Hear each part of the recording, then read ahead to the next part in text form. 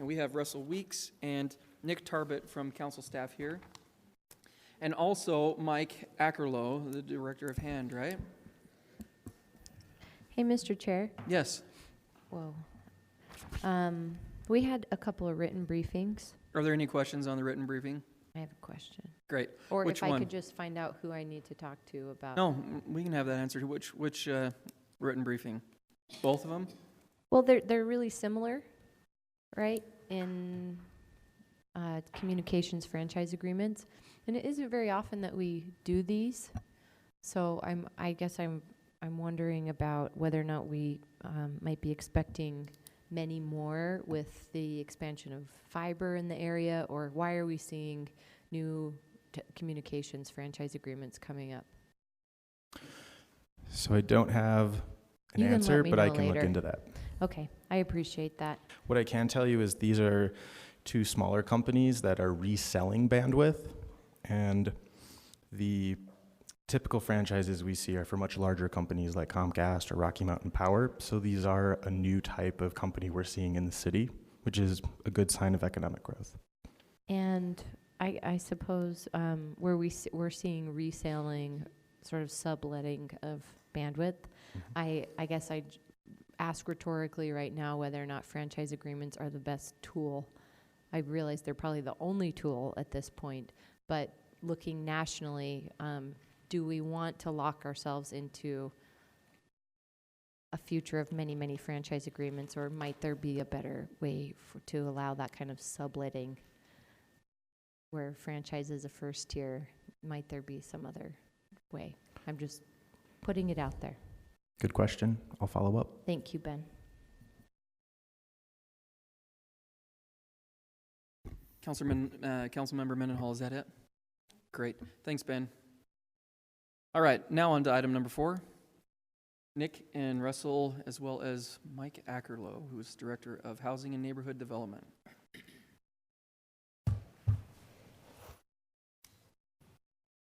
All right, Nick and Russell. So I'll give a brief introduction to what I hope we are doing here tonight. Things could change. The council had a fact-finding night on affordable housing and homelessness at the last council meeting. During that presentation, Mike Ackerlow from HAND presented, as well as a couple key stakeholders from the community, the police department, the county health department, Road Home, and the Salt Lake City Housing Authority. The intent of this follow-up briefing tonight is to identify what the key takeaways that the council members had from those discussions, what type of opportunities for collaboration were noted, and I think based off of the previous meeting, we can go more into depth about the money that the board is considering for affordable housing, what steps forward with that. So, I don't know how you want to lead the discussion, if you would just like the council members to talk about action steps that you'd like to see taken. I think that's great. We'll open it up for commentary to council members to express their wildest dreams or maybe just little ideas that they've got. But we shot big today in the RDA. I think we should continue that right here. So, one thing that may help, on page 3 of the staff report, we did go through and identify the key takeaways from each of the stakeholders. That just may help color some of the discussion. Mr. Chair? Yes. I should say, this was a great report. Thank you. It was clear, succinct, captured it all. Thanks. Mr. Chair, is there an order you want to do this in as far as if funding, Andrew, policy, I think that incentives? we can. Oh, this is awesome. I forgot to tell staff thanks for including my Council District 1 housing and homelessness information sheet. It's really good. I recommend that you all use it for your community councils too. So no, Andrew, it's open for everybody. Because I'm interested in the policy ordinance area particularly. I think there's a lot of questions to be answered there for us, and I'm not sure how long it's going to take to get through that. So This is just one of many conversations that we'll be having. particularly the idea of inclusionary zoning, which I think we're going to have a lot of discussion about as a policy. Can I answer one quick question? I won't answer a question, but make one note of this before Mike talks about inclusionary zoning. When we talk about missing middle, the council already did initiate a legislative action to review the RMF zones about 2 weeks ago. And the language was to review and identify conflicts between the density requirements and the affordable housing goals of the city. So that is one step that is already underway. As for the inclusionary zoning, I can let Mike talk about that part. Anything in specific that you want to dive in and ask questions of? So for me, I guess I would want a wish list, Mike, and looking to you for what if you were in charge of all this money that we've set aside for affordable housing, for housing in general, what would you do?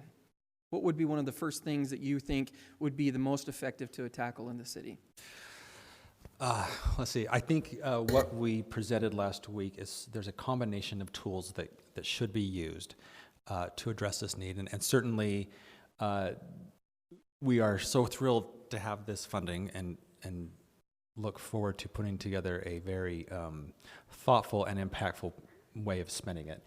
Of course, in my position right now, this would mean that I need to spend some time with the mayor's office and talk about the plan. So I'm doing a little guessing right now, but based on the tools that came from our financing work group, I would say that one of the things that we face in our community is a lack of support for those who are cost burdened. There's an interesting statistic that those who are in poverty, 67% of those who are in poverty receive no federal assistance. So that means just a third of those who are in poverty are receiving some kind of voucher or some kind of subsidy.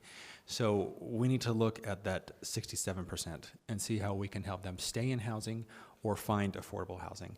So I would propose, I think a very, something that we ought to really look into seriously is some kind of a voucher program.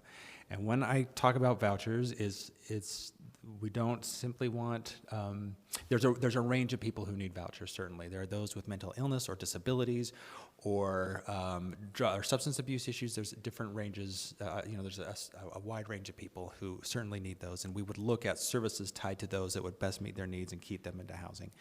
But we would really want to make sure that those who can use that subsidy to get stabilized, to get back on their feet, and then we have those services to help them get out of the situation they're in. And that may be job training, that may be counseling, that may be a host of different things that we could do so that they could eventually get off that voucher and that could be used for somebody else. I think, there has been some criticism, and you'll hear this often in the affordable housing community or those who oppose Section 8 vouchers, that there really is no incentive for people to stop using those vouchers. And we want incentives. We want to help people to get back on their feet and find stability. So that certainly would be, Council Member or Mr. Chair, that would be one of the first things I'd want to look at. I know that Councilmember Kitchen had also talked about a similar program that we have, House 20, about helping those who are the top users of resources at the shelter, or homeless services, I guess I should say. And we launched the House 20 program about 6 months ago, which was to get the top 20 users off the street and into housing with case management for a period of 2 years. We're learning a lot about this program. I thought it was going to be a slam dunk. And it's been a lot harder than we thought it would be, but it certainly isn't something we want to give up on. I think it's one of those things where you do and you learn and you tweak to make it work. So there are some ideas that we've talked about on the administration side about how we can grow that program and make it successful. And so I think that would be a wise use of funds. Before you go to your next Okay. thing, Mr. Chair, can I ask a couple questions? Going back to vouchers for a moment, 2 questions. So what do you propose to keep people from using them indefinitely? Would you have a time frame that they need to be ready to move on, or what do you propose for that? Yes. I know you don't know the details, but just... Yeah, right. We don't know the details, but I think that would be assessed on a case-by-case basis. As we mentioned last week, I think it was, or 2 weeks ago, we talked about the need for case management and services, and that may be existing nonprofits, it may be housing authority services, it may be those, or it may be something that needs to be created to better meet the needs of those who are in this housing. But Sec- that's what I'm talking about, are those kind of services to keep them in. And second question about vouchers. Are you concerned that there will be housing units who will say, we just won't take vouchers? Or Landlords? is that, is there ever a problem with that? Because I know there's some people who say, I don't do any Section 8. Sure. We would certainly want to look into fair housing, and HUD is pushing fair housing very strongly these next couple of years, and we're going to be working with them. We want to make sure that there's no discrimination going on. It's things are bound to happen that are out of our control and we may never know about. But there's also a number of landlords that say, hey, if I'm going to have some guarantee to my rent being paid each month, that's Right. a real benefit. So there certainly is an education process that has to go on, better outreach, and we would commit to working with landlords more effectively. And on House 20, how many have you housed in 6 months?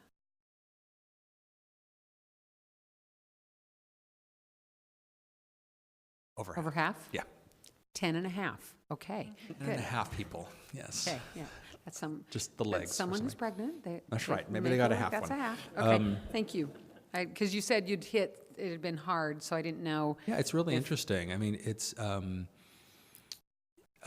this is a hard to house population, and they will disappear when we're working with them, or they may have certain requirements for housing that they want met. It's been difficult, but we're learning. We're trying to find better ways to do this. Great. Okay, thanks for answering those. So I'd also want to, I think, strongly encourage the formation of a community land trust. And the reason we need to do that is, and this needs to be a citywide community land trust. This needs to preserve affordable housing everywhere in our city. There is a deficit on the east side, and one great way of a use of funds is to purchase that property and keep it in the community land trust so that it stays affordable in perpetuity. Mike? Yeah. So if we have $21 million, would there be a percentage of that money that you would recommend to be used as seed money for a community land trust? Like, I don't know, $9 million, let's say, or $10 million? I mean, we want to use this money as much as possible to address the short-term immediate needs of housing for those individuals that are either chronically homeless or at risk of falling into homelessness, but we also want to be aware of the long-term needs of affordable housing in our community. So, I mean, how do we do both with, I mean, 21 million feels like a lot, but it's not that much money It can go either. quickly. Yeah. I want to get back to you on that because I'm a little nervous to guess on that. I mean, 9 to 10 million sounds great, but I would want to, as we've kind of looked at the voucher program, we have some ideas on costs there.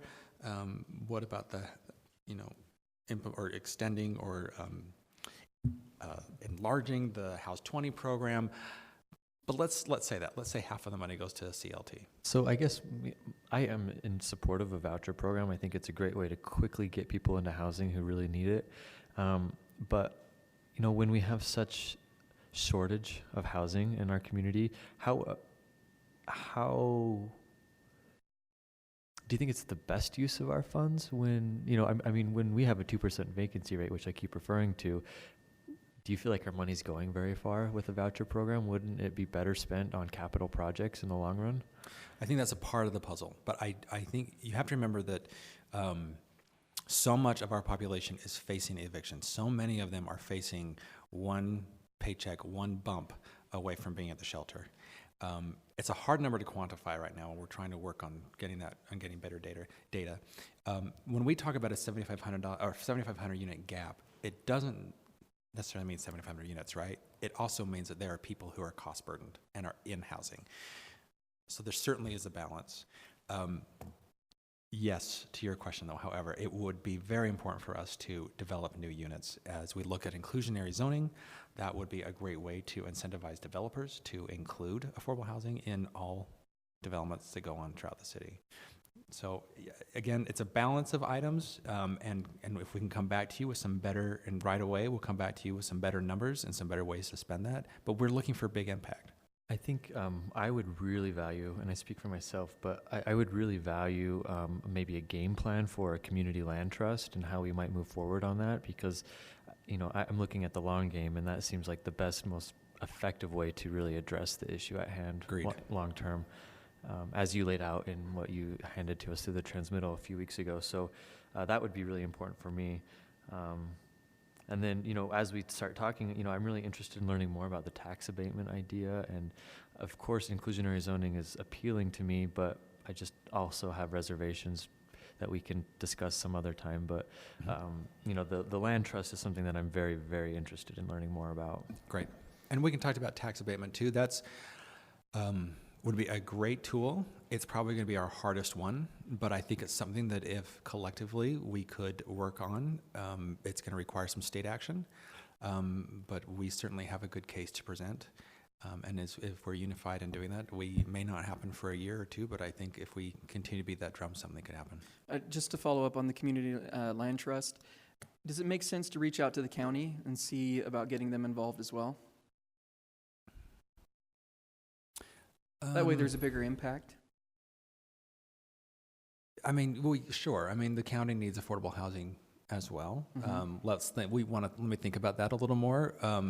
We certainly want to preserve the needs in our city, but on the other hand, we want to see that everywhere in this county is an affordable place to live. I mean, there are some cities who are Completely against it, I get it. Right. But I think it also it's an educational tool. Absolutely. Is helping them understand what really affordable housing is.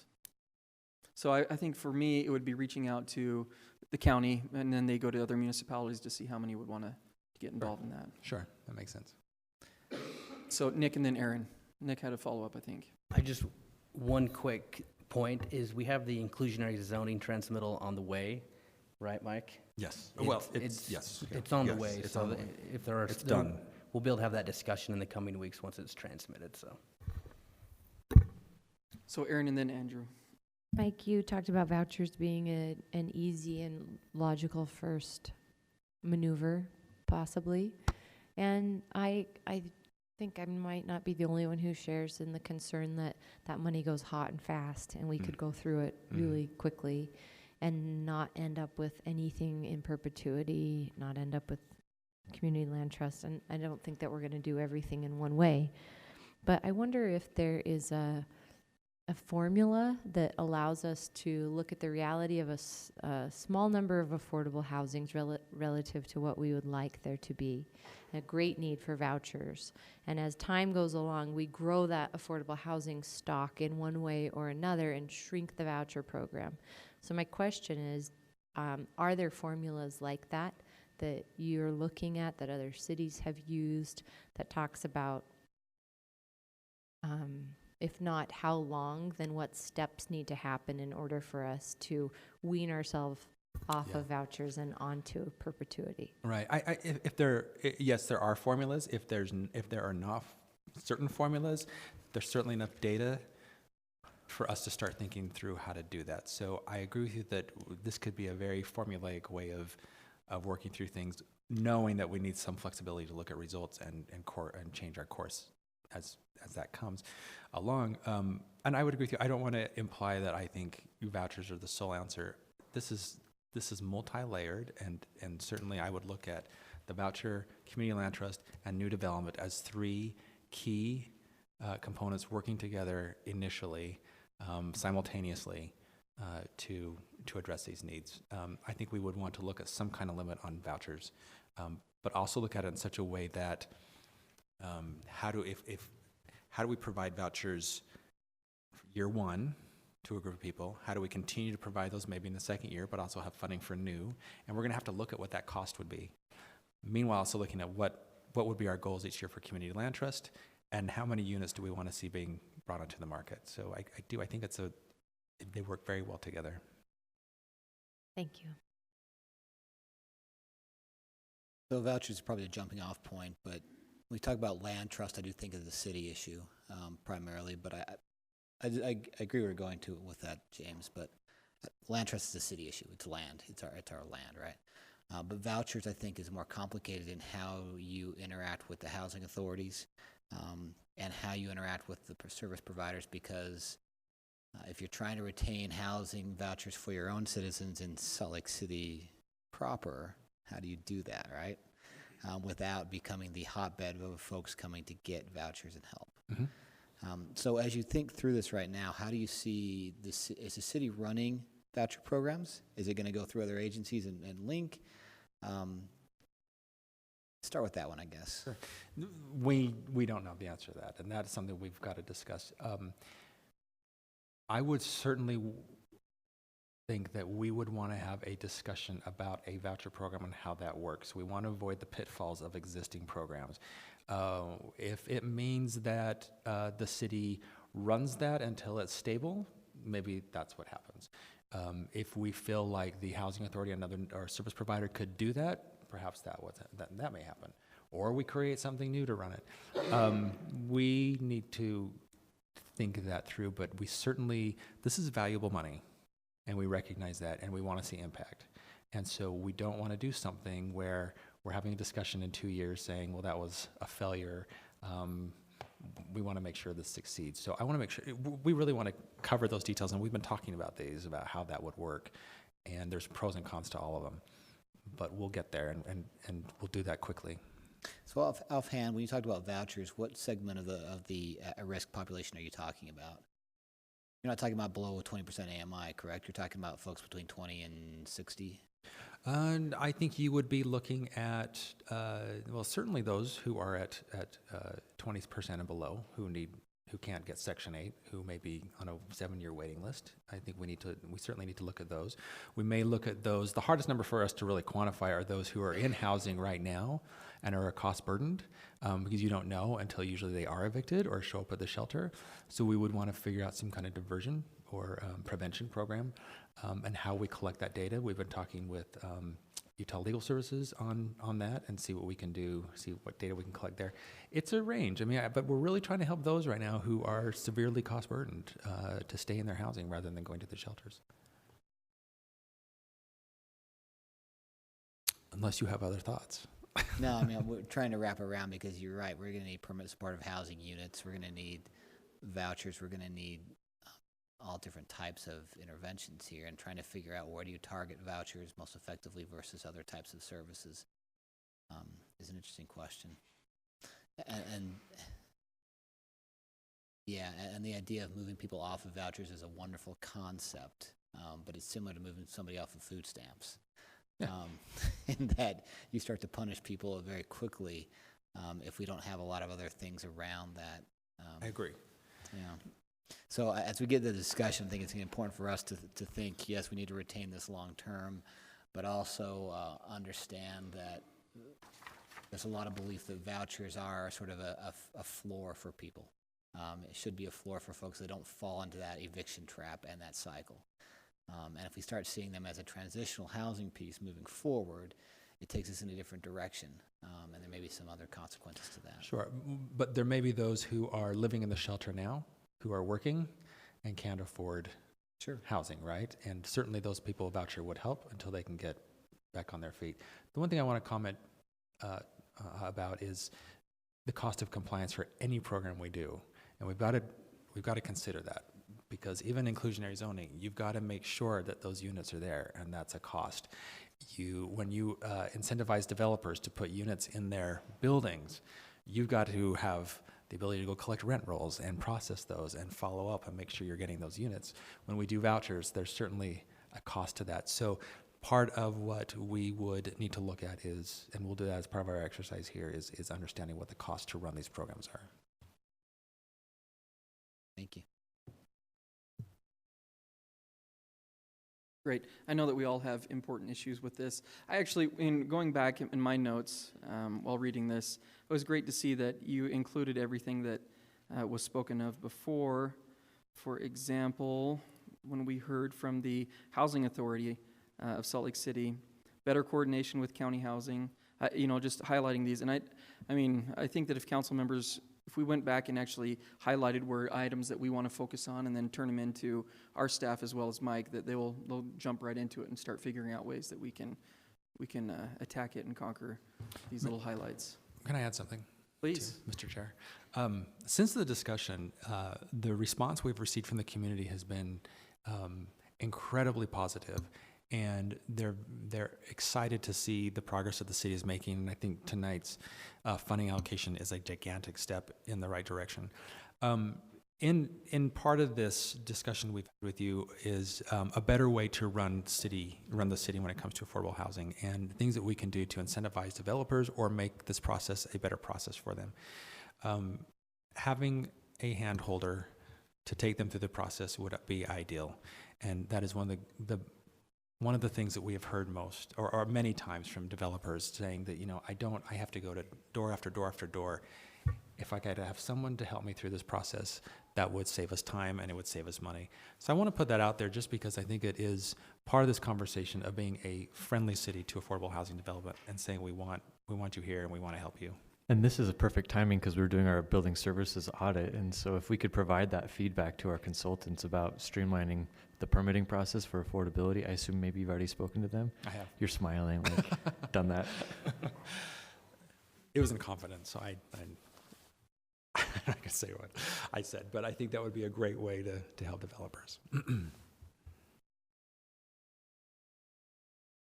Anything else? Anyone want to add? Okay, so I would just recommend council members to get this list, highlight ideas that you want to have focused on, and give it over to staff, and they'll share that with administration. Seeing nothing else, that's a great start. Thanks for recapping for us, Nick and Russell. And thanks, Mike, for being at the table. Absolutely. For Thank you for everything. All right, council members. Mr. Chair? Yes. Before we move on, I wonder if we could get some clarity on a scheduling thing for next Tuesday, the 25th of October. So a couple weeks ago, we had requested from the administration that on October 25th, we would have, by October 25th, we would have a proposal or some suggestions for how we might approach those experiencing homelessness who are currently on the street.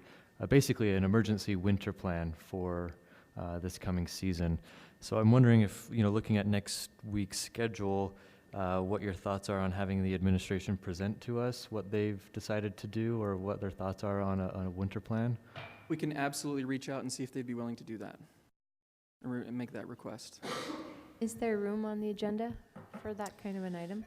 Next week? Because of the meetings that we had today, we didn't have chair, vice chair, so I'll make sure and get with Cindy and see what the agenda looks like for next week. Yeah, I'm glad you brought that up because the other timeline that we set out, November 1st. we have adjusted based on negotiations and us participating in that now.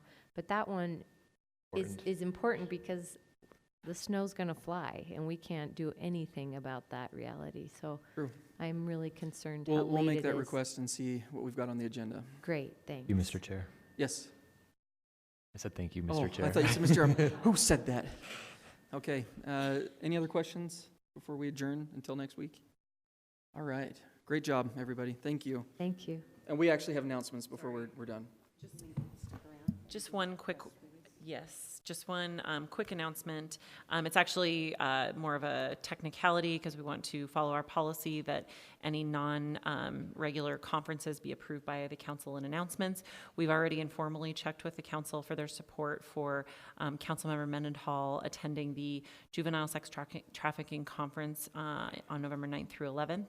So we've heard from a majority of council members that they're okay, but this is just sort of following up per our standard policy. So, because the registration deadline has come. So. What is the conference? Can you tell me more about it? Yeah, I kept asking service providers of sex trafficking victims, which is now a federal definition that has grown to encompass even our sex workers on the street. And I've been asking them about barriers for access to shelter currently as we look to build a single women's facility and looking for best practices around the country of other places that have already done that and ways they've either overcome barriers or that they are finding they wish they would have. And I kept getting referred to this conference where those best practices are shared and where some of the service providers around the country come together and have sessions specific to this. So I found out about it about 5 days before we sent an email out to all of you. So I'm sorry for the rush, but I'm excited to attend that in DC, and it's the week before NLC. Also, Shalene Gee from the county will be attending. So that should be good. Good luck, Aaron. That sounds like a good conference for you.